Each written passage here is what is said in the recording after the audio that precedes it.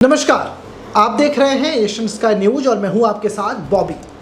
7 साल पहले दिल्ली का बुराड़ी कांड आपको याद ही होगा कि एक ऐसा दर्दनाक हादसा जिसने पूरे देश को झकझोर कर रख दिया। वो दिन थी 30 जून 2018। 30 जून की रात बुराड़ी से एक घर में एक ही परिवार के 11 लोग मृत पाए गए थे। 10 लोग पंखे से लटके हुए थे, उनके चेहरे ढके हुए थे, हाथ पैर बंधे हुए और सबसे बुजुर्ग महिला का शव जमीन पर पड़ा था। जांच में सामने आया कि परिवार का मुखिया भोपाल सिंह तंत्र मंत्र और आध्यात्मिक अनुष्ठानों में यकीन रखता था। उसकी डायरी में लिखे मोक्ष प्राप्ति के निर्देशों ने पूरे परिवार को इस खौफनाक रास्ते पर धकेल दिया। ये कांड अंधविश्वास की उस काली साए की मिसाल बन गया जो इंसान को जिंदगी से दूर ले जा सकता है। अब 7 साल बाद आज हरियाणा के पंचकुला में एक ऐसी ही दिल दहला देने वाली घटना ने बुराड़ी की उस भयावह यादों को फिर से ताजा कर दिया है। दरअसल देहरादून का एक परिवार जो बागेश्वर धाम की कथा सुनने आया था, कर्ज के बोझ तले दबकर उस पूरे परिवार ने सामूहिक आत्महत्या कर ली। ये कहानी सिर्फ एक हादसा नहीं है, बल्कि हमारे समाज में गहरे बैठे अंधविश्वास और आर्थिक तंगी की त्रासदी की एक और कड़ी है। सोमवार की देर रात पंचकुला के सेक्टर 27 में एक खाली प्लॉट के पास खड़ी हुई एक हुंडई औरा कार और इस कार में 7 लोगों के शव। यह परिवार देहरादून का रहने वाला था और बागेश्वर धाम में पंडित धीरेन्द्र कृष्ण शास्त्री की 5 दिवसीय हनुमंत कथा में शामिल होने के लिए हरियाणा के पंचकुल आया था। इस दुखद हादसे में मरने वाले में 42 वर्ष के प्रवीण मित्तल, उनके बुजुर्ग माता पिता, पत्नी और 3 छोटे बच्चे, 2 बेटियां और एक बेटा शामिल है। पुलिस को कार से 2 पन्ने का एक सुसाइड नोट भी मिला है जिसमें प्रवीण ने लिखा है कि भारी कर्ज और आर्थिक तंगी में उन्होंने इस कदम को उठाया है। इस सुसाइड नोट में परिवार की बेबसी और हताशा की दास्तां साफ झलक रही थी। स्थानीय लोगों की गवाही ने इस घटना को और मार्मिक बना दिया। हरियाणा के सेक्टर 27 के निवासी पुनीत राणा ने बताया कि उन्होंने कार के शीशों पर तौलिया लटका देखा और कुछ गड़बड़ होने का शक हुआ। तब उन्होंने पास जाकर देखा तो प्रवीण मित्तल ड्राइविंग सीट पर बैठे थे, जबकि बाकी लोग गाड़ी के अंदर बेहोश पड़े थे।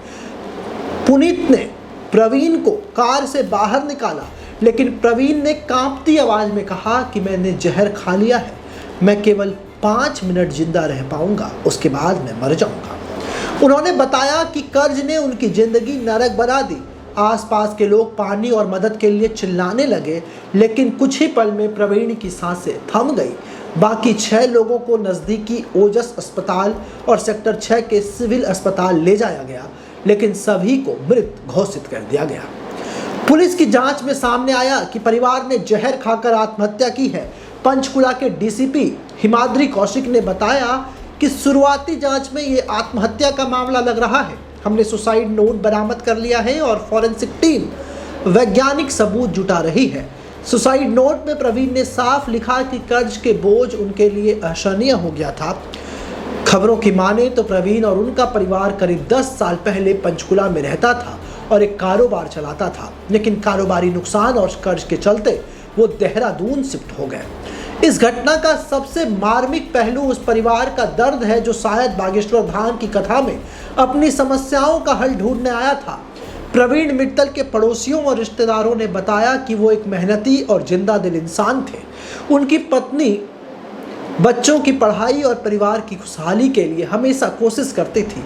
उनके बच्चे 13 साल की बेटी अनन्या और 10 साल की बेटी रिया और 8 साल का बेटा आरव स्कूल में होनहार छात्र थे। पड़ोसियों का यह भी कहना है कि प्रवीण अक्सर अपने बच्चों की पढ़ाई और उनके फ्यूचर के बारे में टेंशन लिया करते थे, लेकिन पिछले कुछ समय से प्रवीण चुपचाप और परेशान रहने लगा था। एक पड़ोसी हैं उनके, रमेश जोशी, उनका कहना है कि प्रवीण ने कभी अपनी परेशानी खुलकर नहीं बताई। उनकी आंखों में बेचैनी साफ दिखती थी। शायद बागेश्वर धाम में उन्हें कोई उम्मीद थी। ये सोचकर ही दिल बैठ जाता है कि एक परिवार जो शायद चमत्कार की उम्मीद में कथा सुनने आया था, उसने अपनी जिंदगी खत्म करने का फैसला कर लिया। बागेश्वर धाम और धीरेन्द्र शास्त्री हाल के वर्षों में अपने चमत्कारिक दावों और हनुमंत कथा के लिए चर्चा में रहे हैं। लाखों लोग उनकी सभाओं में अपनी समस्याओं का समाधान ढूंढने पहुंचते हैं, लेकिन इस घटना ने ये सवाल खड़े कर दिए, क्या ऐसी सभाएं लोगों में झूठी उम्मीदें जगाकर उन्हें और गहरे गड्ढे में धकेल देती हैं।